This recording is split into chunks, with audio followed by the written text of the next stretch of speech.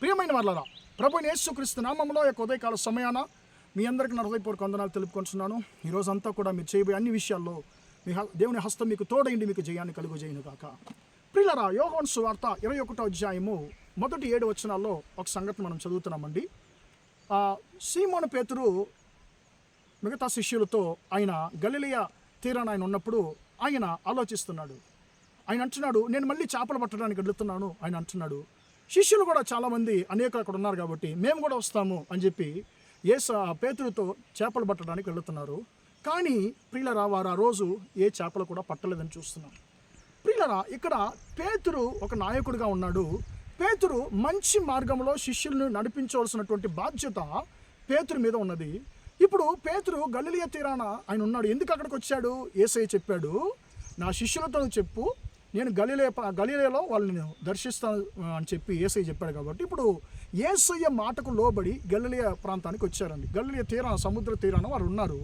ఇప్పుడు పేతురు ఆలోచిస్తున్నాడు, నా జీవితము ఎక్కడ నేను మొదలు పెట్టానో అక్కడికే నేను వచ్చున్నాను మళ్ళీ అని చెప్పి.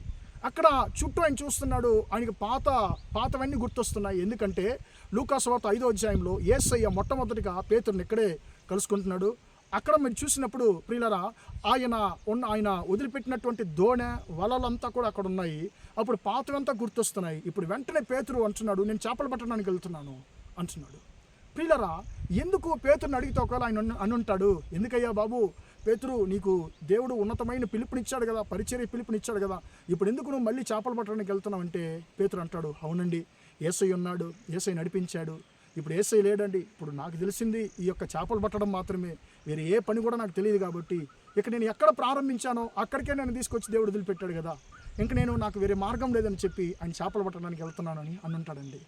ప్రియులరా, మంచి విషయానికి, మంచి సంగతులు చేయడానికి ఏక మనసు రాదండి. కానీ దేవుని నుంచి విడిపోవడానికి, దేవుని యొక్క పిలుపును వదిలిపెట్టడానికి ఈ యొక్క ఏక మనసును సాతానుడు ఎలా తీసుకొస్తున్నాడో చూడండి. ప్రియులరా, మనం కూడా మంచి విషయాల కొరకు మనం ఏక మనసుతో మనము ఏకీభవిస్తున్నామా, లేకుంటే చెడు విషయాల కొరకు మనం ఏకీభవిస్తున్నామా అని చెప్పి మనం ఆలోచించాలి. ఒకవేళ సహోదరుడా, సహోదరి, నువ్వు ఆలోచించుండవచ్చు, నువ్వు ఆలోచిస్తున్నావేమో, నా జీవితము ఎక్కడైతే మొదలు పెట్టానో మళ్ళీ తిరిగి ఆ చోటనే వచ్చి నిలబడి ఉన్నానని చెప్పి బాధపడుతున్నావేమో. ప్రియులరా, యేసయ్య ఆ ప్రాంతానికి పేతురును ఆహ్వానించింది ఆయన మళ్ళీ కూడా పాత జీవితంలో నెట్టడానికి, తొయ్యడానికి కాదు, పేతురు జీవితంలో మళ్ళీ మార్పు తీసుకురావడానికి. యేసయ్య మళ్ళీ ఆ గలిలయ తీరాన్ని ఆయన ఆ యొక్క గలిలయ తీరానికి రమ్మని చెప్పాడండి. కానీ పేతురు యేసయ్యను వదిలి, ఆయన పిలుపును వదిలి దూరంగా వెళ్ళిపోయాడు. ప్రియులరా, ఆయన యేసయ్యను వదిలి వెళ్ళి పాత ఆ యొక్క పనికి ఆయన వెళ్ళాడు కాబట్టి ఆయనకి వెంటనే మళ్ళీ అపజయం కలిగింది. యేసయ్యలో ఉన్నప్పుడు మాత్రమే జయం కలుగుతుంది. యేసయ్యను వదిలిపెడితే అపజయమే కలుగుతుంది. ఒట్టి చేతులతో మళ్ళీ తీరానికి వస్తున్నారు. యేసయ్య ఆ తీరాన్ని ఉంటున్నాడు. పిల్లలారా, మీ దగ్గర భోజనానికి ఏమైనా ఉందా అని అడుగుతున్నాడు. ఏం లేదు.